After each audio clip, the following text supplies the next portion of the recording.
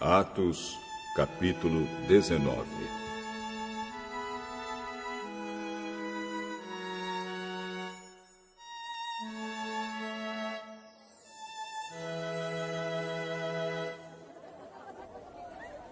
Enquanto Apolo estava na cidade de Corinto, Paulo viajou pelo interior da província da Ásia e chegou a Éfeso. Ali encontrou alguns cristãos e perguntou: quando vocês creram, vocês receberam o Espírito Santo? Nós nem mesmo sabíamos que existe o Espírito Santo.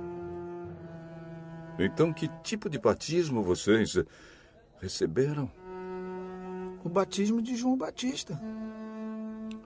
João batizava aqueles que se arrependiam dos seus pecados. E também dizia ao povo de Israel que eles deviam crer naquele que havia de vir depois dele, isto é, em Jesus. Depois de ouvirem isso, aqueles homens foram batizados em nome do Senhor Jesus.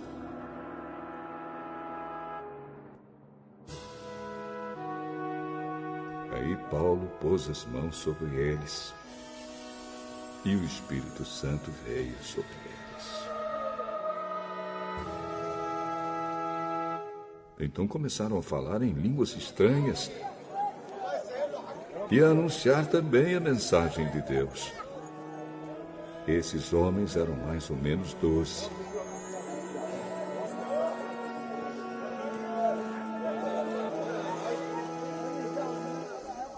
Durante 3 meses, Paulo foi à sinagoga e falou com coragem ao povo.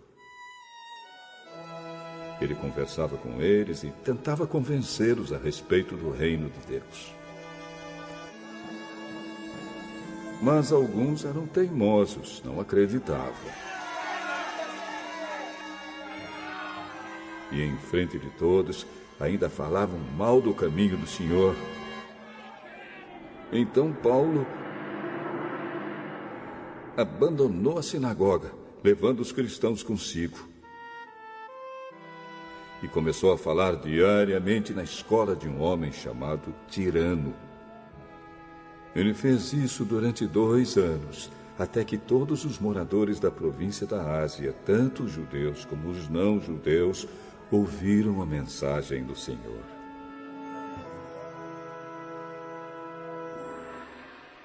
Deus fazia milagres extraordinários por meio de Paulo. Tanto que as pessoas pegavam lenços e aventais que ele usava e os levavam para os doentes tocarem. E quando estes tocavam neles,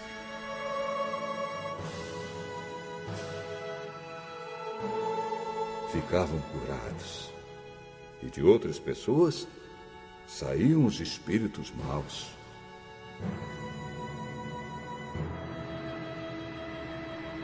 Alguns judeus que andavam de um lugar para outro expulsando espíritos maus quiseram usar também o nome do Senhor Jesus para expulsar esses espíritos, dizendo a eles: pelo poder do nome de Jesus, o mesmo que Paulo anuncia, eu mando que vocês saiam!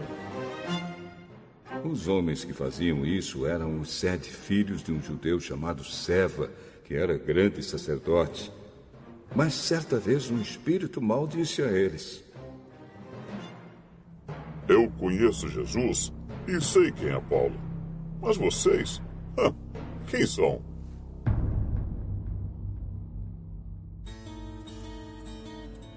Então o homem que estava dominado pelo espírito mau os atacou e bateu neles com tanta violência que eles fugiram daquela casa feridos e com as roupas rasgadas. E todos os que moravam em Éfeso, judeus e não-judeus, souberam disso. Eles ficaram com muito medo, e o nome do Senhor Jesus se tornou mais respeitado ainda. Então muitos dos que creram vinham e confessavam publicamente as coisas más que haviam feito. E muitos daqueles que praticavam feitiçaria ajuntaram seus livros e os trouxeram para queimar diante de todos. Quando calcularam o preço dos livros queimados, o total chegou a 50.000 moedas de prata. Assim, de maneira poderosa, a mensagem do Senhor era anunciada e se espalhava cada vez mais. Depois desses acontecimentos, Paulo resolveu passar pelas províncias da Macedônia e da Acaia e ir até Jerusalém. Ele dizia: depois que eu visitar Jerusalém, preciso ir a Roma. Então Paulo enviou para Macedônia 2 dos seus ajudantes, Timóteo e Erasto, mas ele ficou mais algum tempo na província da Ásia. Foi nessa ocasião que houve na cidade de Éfeso uma grande desordem por causa do caminho do Senhor. Um ourives chamado Demétrio fazia pequenos modelos de prata do templo da deusa Diana. E o seu negócio dava muito lucro aos que trabalhavam com ele.